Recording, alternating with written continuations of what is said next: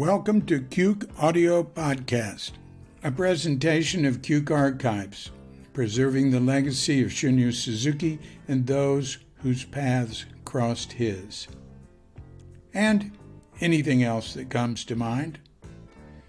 My name is David Chadwick, and I'm the Poobah of Cuke Archives.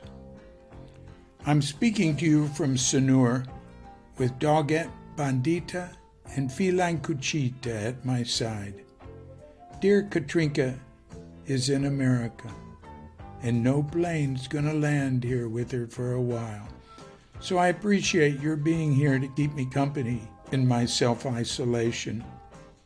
Before we go any further, I must thank our sponsor.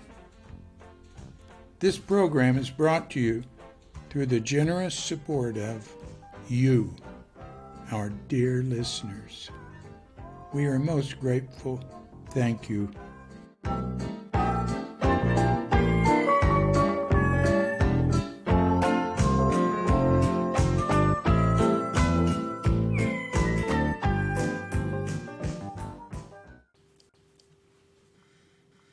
May all beings be happy. May all beings be healthy. May all beings be free from harm. May all beings love life. May all beings awaken. I hope that you and your loved ones are safe and comfortable in some fashion of self-isolation. I would imagine I am. I'm at home in Bali. My wife's in America with her son and family in Oregon. She's near a beach. She can walk to the beach. She's not hanging out with other people, or she's being careful. They all are. And I am too. I'll tell you what I do. We have a housekeeper, which we're required to have by law as foreigners living here. And she comes. Now she just comes twice a week for a few hours. She was coming 3 times a week, but it's just me alone. And she opens the gate and comes in, goes straight to the kitchen, washes her hands with soap for at least 20 seconds, goes back outside, picks up the spray bottle with an alcohol solution, and sprays everything she touched. And she usually brings me some fruit or coconut water, fresh coconut water that has just been obtained from the coconut, and some coconut shell. I like it from the older coconuts with the hard shell, that you can eat the crunchy coconut meat. Generally, coconut water here is drunk, if it's drunk from the coconut, they call it kalapa muda, young coconut. It's drunk from the larger ones with the whole big green shell, and it's the slimy younger meat inside. That's okay too. You can eat it. You can get a long spoon and eat that, or they'll open it up for you. But she brings it to me in these food grade plastic containers that have snap-on lids. You can turn them upside down. And, not always, but enough. And that has a lot of electrolytes, and I like it a lot. That's one of the things I think of I would hate to leave here, because there's no comparison to fresh coconut water and the packaged stuff. They sell a lot of the packaged stuff here. Somebody just gave me a bunch, and I drank it. It was good, but I love the fresh stuff. If I go to the beach and go swimming, I don't hang out. I never hang out in the sun. I'll go to the beach and go swimming, and then I'll sit. Either I'll go straight home, or I'll sit somewhere and work on my computer. And my favorite thing to get is coconut water. We don't drink alcohol, which is one of the big things here. Bintang beer, Star. Bintang is Star beer. And people like it. People who like beer like Benteng. It's very popular. And I have one friend who comes over to visit, who's an old friend of my wife's and mine. No, an old friend from here, a few years, 6 years. And yeah, she's really interesting. She wrote a book called Diving in Indonesia. Let's see what it's called. Oop, I don't see. Diving in Indonesia. I had it a minute ago. Yeah, Diving in Indonesia, The Ultimate Guide to the World's Best Dive by Sarah Wormald. I never say her last name. I probably mispronounced it. She's from England. Anyway, she'll come over and she'll do the same sort of thing Cadet does. You know, every once in a while somebody will come over. They'd stay with a mask on out in the courtyard and talk to me. We're not messing around. Now, a lot of the Balinese are, and it's hardly hit here. Yesterday I posted on Cute Nonsense blog, whereas more like my personal diary.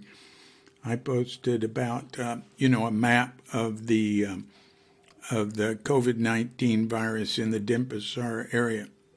And it said there were only 32 cases so far identified in Indonesia and 2 deaths. Control tower here, not in Indonesia. 32 cases of COVID-19 virus reported in Bali. And that was yesterday, the 4th. Today's the 5th April. I'm recording this early. And today it says 35 cases.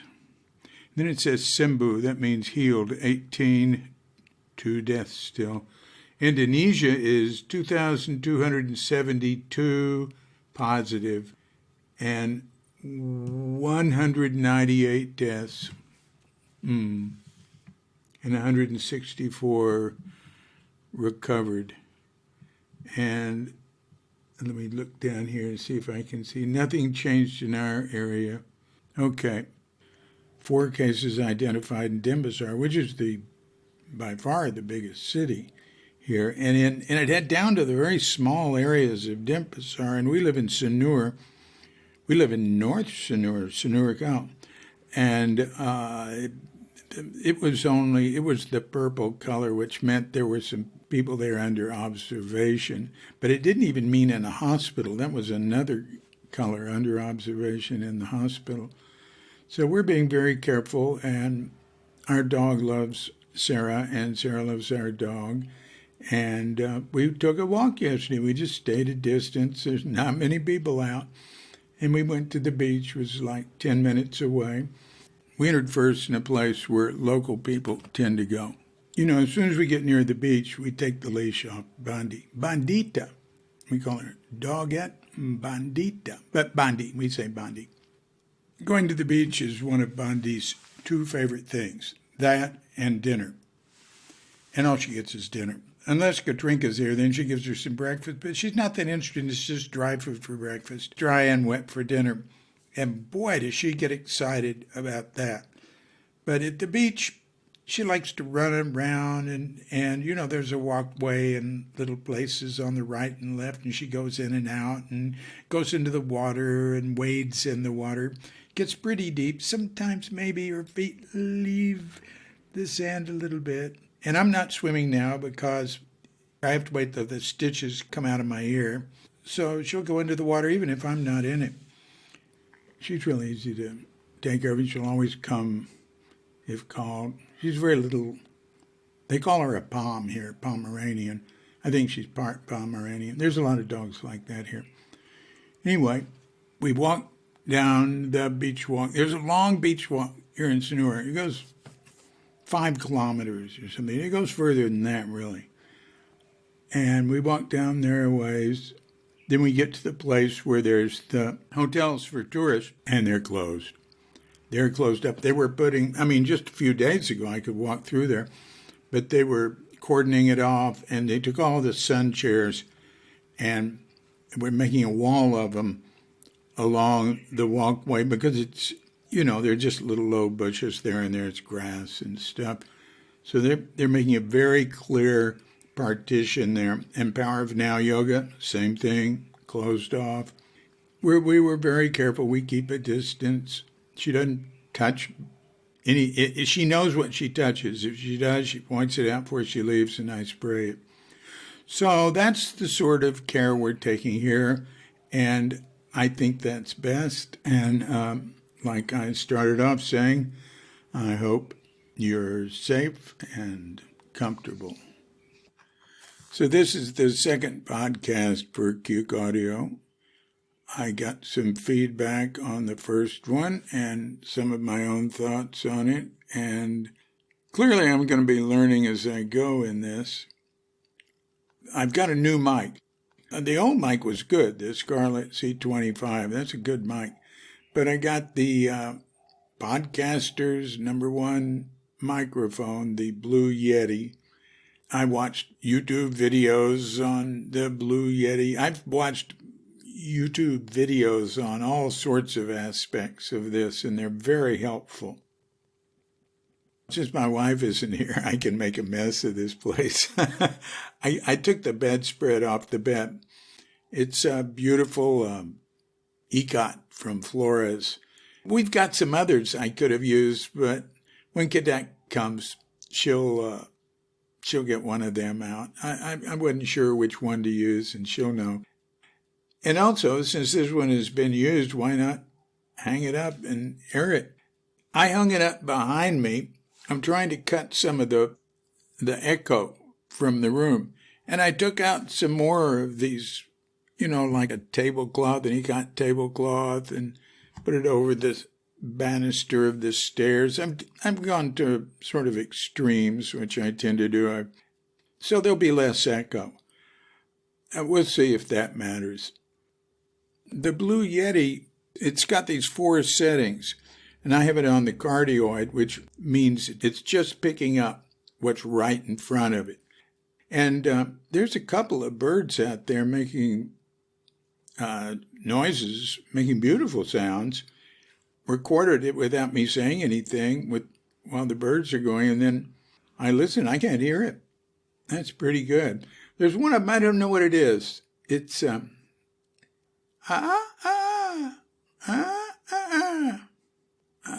sometimes it reminds me of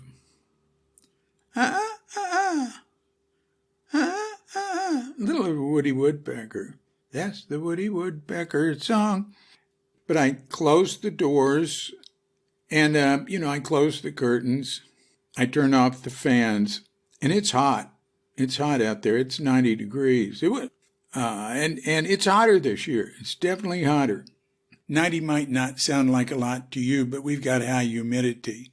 And I fear it's going to continue to get hotter.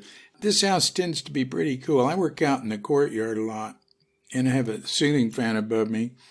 And I never feel very hot out there. I don't care what it is. And the courtyard's all shaded because there's these trees, mainly frangipani trees. And we get a lot of frangipani flowers, I'll tell you. Sometimes it's just covered in them. And we collect them and dry them. We dry them on this thing called the Bali, which is like a stage, a platform out there, which is a traditional part of a Balinese home that's used for ceremonies and events. And, you can just sit up there and work and stuff. The Cadet takes the dried flowers and sells them. You don't get as much as you used to. Years ago, they were worth a lot. But now a kilo is worth about 70 cents, something like that. Yeah, she sells them, and of course the money's for her. They're called japoon here. We don't call them frangipani. We call them japoon. There's another name for it in Cambodia. I think maybe japoon is Balinese and Cambodia is Indonesian, but I'm not sure. Everybody understands japoon here. So I sit out there on the settee, as Katrinka calls it, which is like a very firm couch with a carved frame. Very beautiful. I work mainly with my legs up, not with them crossed like you're sitting zazen, but, comfortably. I can't sit in a chair too long. I can sit a lot longer with my legs crossed, But I have a little rattan table that I bring in front when they've been crossed long enough, and I want to rest them. I just stick my legs down and bring the rattan table over and work on it. And then every once in a while, I'll tell Katrinka, there's a thermometer right there, and it's a fairly cool area there. It's not like if I walk out onto the street, I go, wow, it's hot today. But the thermometer will read usually somewhere between 80 and 90 during the day, well, depending on the time of year. So I'll say, oh, wow, it's 86 degrees, which is 30 centigrade. And she'll say, yeah, it's 86 degrees, but it feels like 95 or something like that. But it didn't feel like that to me there. We have a lot of rattan furniture here. It's very cheap and very light. I discovered this rattan place. Nyoman, the driver I usually use, who drives this thing called a bimmo, which is like a Volkswagen bus with an open side. He's been driving it for 31 years. He's a little older than a lot of the drivers, and he's a very important person in my life. Back when we lived in the prior place, we needed some bookshelves. So he and I went to places looking for them.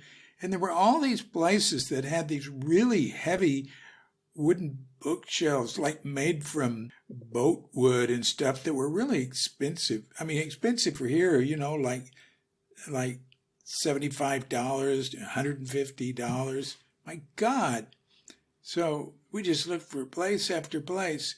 And then we drove past this rattan place, and he said, hey, try this out. So I went in there, and it's this really tiny little hole in the wall. And these sweet people, this Muslim family lives there, a mother and a son. There might be two sons in this tiny little place. They live upstairs, and they have a shop there, and they made chairs, and they can make anything. So I told them what I wanted in terms of shelves, and we got all the shelves we wanted and some chairs and wastebaskets and things. It was all extremely reasonable, and it's so light. So that rattan table I pull over, I can just do it with one hand, just pull it over, and it's just the right height for me to put my legs down. I get up a lot instantly. I don't just sit there for hour after hour. I work a lot, but I get up a lot, and I walk, or I do some yoga, or I'll sweep the courtyard. A lot of times I sweep the courtyard. Social pressure. Not sweeping your courtyard right in front of your place is like bad form. They don't care how much plastic there might be elsewhere. But there's a whole big trip here about like that kids at school have a day when they bring these traditional, what are they, like straw brooms to school. They all bring one, and they have little cleanup days and things like that. But anyway, I'll get up and do something quite a bit. I read in the papers. I don't get papers. I read online, the various news sources. Guardian and BBC and Al Jazeera for world news I like best. And Al Jazeera, I really like it because American news sources just concentrate so totally on America, which they're Americans, why not? I read there every now and then articles on, and there's a whole trip on this, about don't sit for long periods of time. Get up every 30 minutes or get up every 40 minutes for at least a minute and a half or 2 minutes. So, yeah, I try to do that. Sometimes I forget all about the time and it's been too long. But I get up and walk around and do different things, or I'll go do some work in the kitchen, or take the compost out, or work on the recycling. Neither of which are normal tasks here. But what I wonder is these studies about sitting, it's as if the only way to sit is in a chair at a table. And a great number of the people in the world don't sit that way. More and more they do as they pick up Western habits. But all over the world, South America, Africa. I don't know anything about Africa, but I know this is true in Africa. And in Asia, people squat, or they can sit on the floor. Harada Roshi, Shodo Harada, who I studied with in Japan, he felt the whole basis of Japanese culture was the hara, and that's a big deal in Zen and Japanese culture, and that sitting on the floor and living on the floor was the proper center of gravity, and as we lose that, society will fall apart.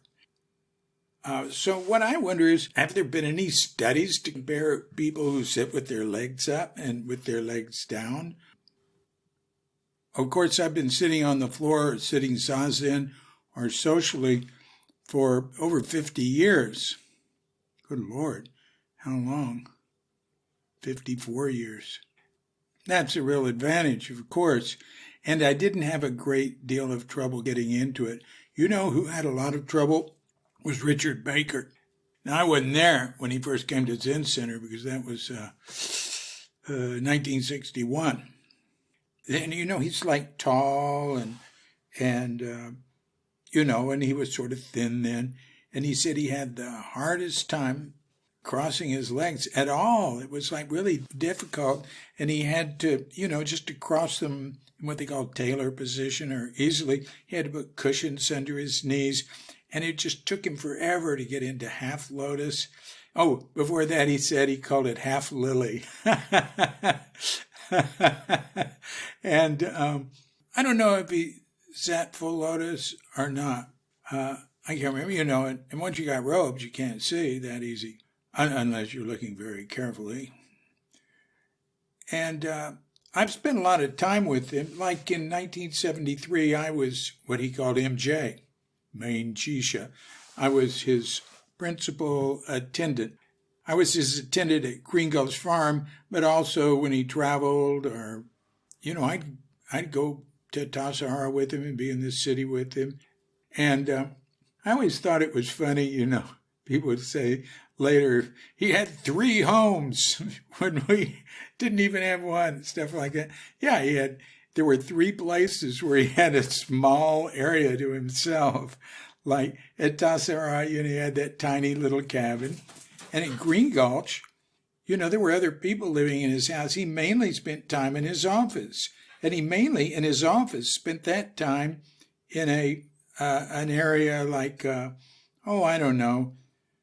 feet by 3 feet, surrounded by books with his table in front, sitting on the floor.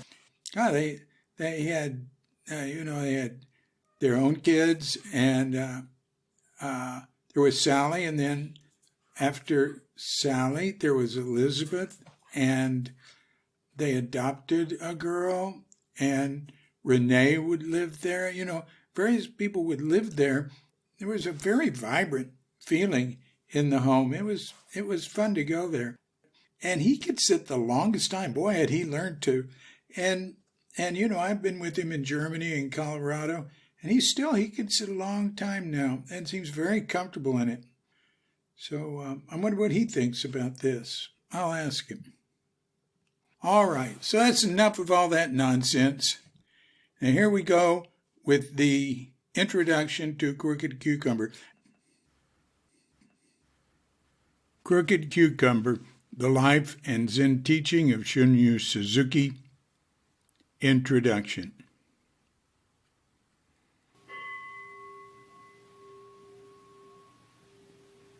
The teaching must not be stock words or stale stories, but must always be kept fresh.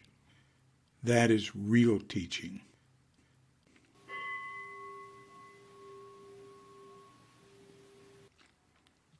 One night in February of 1968, I sat among 50 black-robed fellow students, mostly young Americans at Zen Mountain Center, Tassajara Springs, 10 miles inland from Big Sur, California, deep in the mountain wilderness.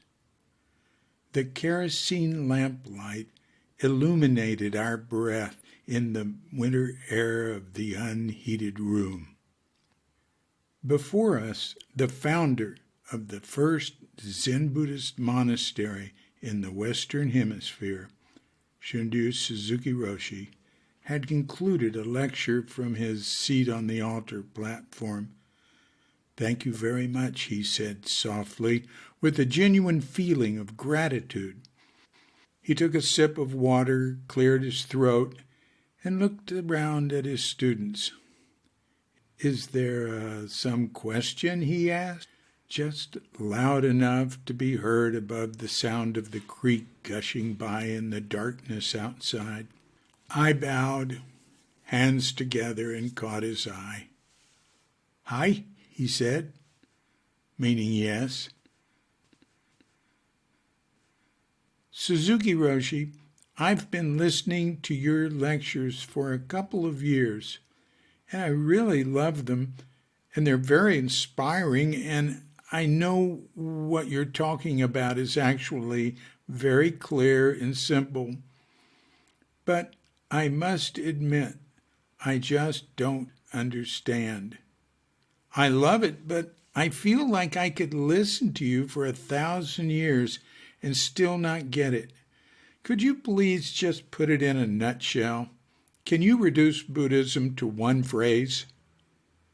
Everyone laughed. He laughed. What a ludicrous question. I don't think any of us expected him to answer it. He was not a man you could pin down, and he didn't like to give his students something definite to cling to. He'd often said not to have some idea of what Buddhism was. But Suzuki did answer. He looked at me and said, "Everything changes." Then he asked for another question. Shunryu Suzuki was a Japanese priest in the Soto school of Zen who came to San Francisco in 1959 to minister to a small Japanese American congregation. He came with no plan, but with the confidence that some Westerners would embrace the essential practice of Buddhism as he had learned it from his teachers. He had a way with things: plants, rocks, robes, furniture, walking, sitting, a way that gave a hint of how to be comfortable in the world. He had a way with people that drew them to him, a way with words that made people listen, a genius that seemed to work especially in America and especially in English. Zen Mind Beginner's Mind, a skillfully edited compilation of his lectures published in 1970, has sold over 1 million copies in dozens of languages. It's a reflection of where Suzuki put his passion, in the ongoing practice of Zen with others. He did not wish to be remembered or to have anything named after him. He wanted to pass on what he had learned to others, and he hoped that they, in turn, would help to invigorate Buddhism in America and reinvigorate it in Japan. Buddhist ideas had been infiltrating American thought since the days of the transcendentalism of Emerson and Thoreau. At the World Parliament of Religions in 1893, Soen Shaku turned heads when he made the first public presentation of Zen to the West.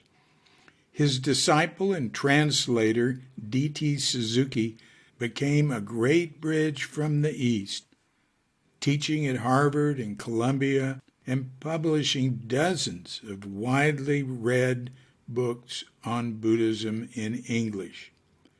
When confused with D.T. Suzuki, Shunryu Suzuki would say, "No, he's the big Suzuki. I'm the little Suzuki." The first small groups to study and meditate gathered with Shigetsu Sasaki on the East Coast and Nyogen Senzaki on the West. Books informed by Buddhism, by Herman Hesse, Ezra Pound, and the beat writers were discussed in the coffee houses of New York and San Francisco and by college kids in Ohio and Texas. Alan Watts, the brilliant communicator, further enthused and informed a generation that hungered for new directions. Into this scene walked Shunryu Suzuki, who embodied and exemplified what had been for Westerners an almost entirely intellectual interest. He brought with him a focus on daily zazen, Zen meditation, and what he called practice, zazen extending into all activity. He had a fresh approach to living and talking about life, enormous energy, formidable presence, an infectious sense of humor, and a dash of mischief. From the time he was a new monk at age 13, Suzuki's master, Gyokujun Soon Suzuki, called him Crooked Cucumber. In this case, crooked cucumbers were the useless, tiny, bent, runt cucumbers at the end of the spiraling vine. Soen told Suzuki he felt sorry for him because he would never have any good disciples. For a long time it looked as though Soen was right. Then, Crooked Cucumber fulfilled a lifelong dream. He came to America, where he had many students, and died in the full bloom of what he had come to do. His 12.5 years here profoundly changed his life and the lives of many others. On a mild Tuesday afternoon in August of 1993, I had an appointment with Shunryu Suzuki's widow of almost 22 years, Mitsu Suzuki. Walking up the central steps to the second floor of the San Francisco Zen Center's 3-story red brick building, I passed the founder's alcove, dedicated to Shunryu Suzuki. It is dominated by an almost life-size statue of him carved by an old Japanese sculptor out of a blonde cypress stump from the Balinas Lagoon. "Hi, Roshi. Bye, Roshi," I muttered, bowing quickly as I went by. Mitsu Suzuki Sensei was the person on my mind. We had been close, but I hadn't seen her much in recent years. Soon she would move back across the Pacific for good. I was a little nervous. I needed to talk to her, and although there wouldn't be much time, I didn't want to rush it. What I sought was her blessing. "Come in, David," she said in her sweet, high voice from the kitchen door at the end of the hall. I stepped inside, and there she was, looking strikingly young for the last year of her 7th decade. "No hugs," she said quickly, holding her hands out to ward me off, then rubbing her ribs.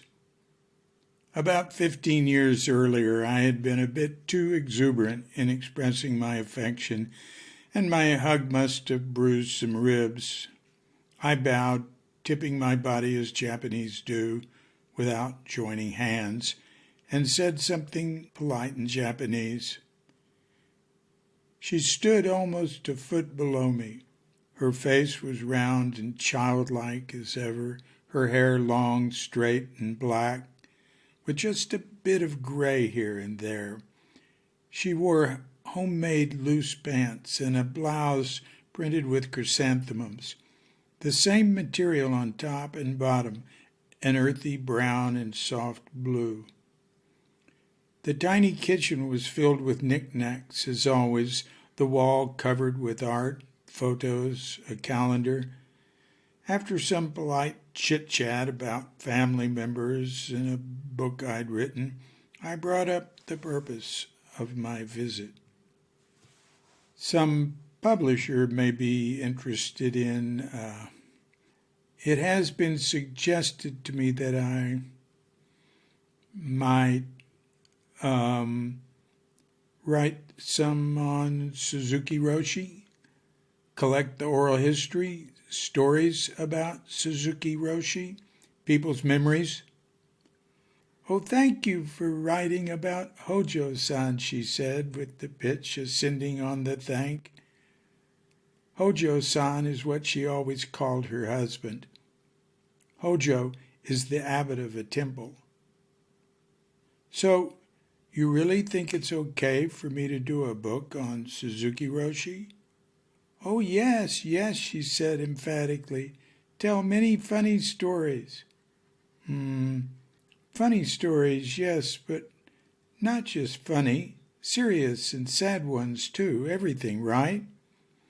Yes, but people like the funny stories. Mainly, you should tell funny stories. That will be good. Hojo-san liked funny stories. Everyone will be very happy to read them. There may be some people who don't think I should do the book. She sat back down across the table from me and looked directly at me. When I speak now, it is Suzuki Roshi's voice coming through my mouth, and he says, "Please write a book about me, and thank you very much for writing a book about me." Those are his words. I speak for him. It was time to go. She offered me a green metallic frog that fit in the palm of my hand. "Here, take this," she said. "It belonged to Hojo-san. He would be happy for you to have it. He loved frogs very much," she said, drawing out the first syllable of very. "I'm giving everything away. When I go back to Japan, I go like the cicada. It leaves its shell behind. I will do that too. I want to come visit you there and ask you about Hojo-san." "No, no, no," she said adamantly. "No more English. I will leave my poor English behind me." "Then I will speak in my poor Japanese," I said in my poor Japanese. "Okay, please come visit them. But keep your voice small when you do. Your voice is too big." "Okay," I said in a tiny voice, and passed her at the door, assuring her, as she instinctively cringed, that I wasn't going to hug her. "Remember," she said, "tell many funny stories." Then, why would anyone not want you to do a book on Hojo-san? Various reasons. You know, he didn't want anything like that. It would be impossible not to misrepresent him. And you know what Noiri Roshi said over 20 years ago? Noiri was a colleague of Suzuki's, a strict and traditional priest, now old and revered. No, what did Noiri-san say? That Suzuki Roshi was one of the greatest Japanese of this century, and that no one should write about him who doesn't know all of his samadhis, his deep states of meditation. "Good," she said, clapping with delight in her voice. "There's your first funny story." So that's the introduction to Crooked Cucumber. I had, of course, planned to have the commentary ready now, and I have been working and working and working on it, but I am not satisfied with it, and I am not going to subject you to it. So I'll have it ready for you next Tuesday. Thank you. May all beings be happy. May all beings be healthy. May all beings be free from harm. May all beings love life. May all beings awaken.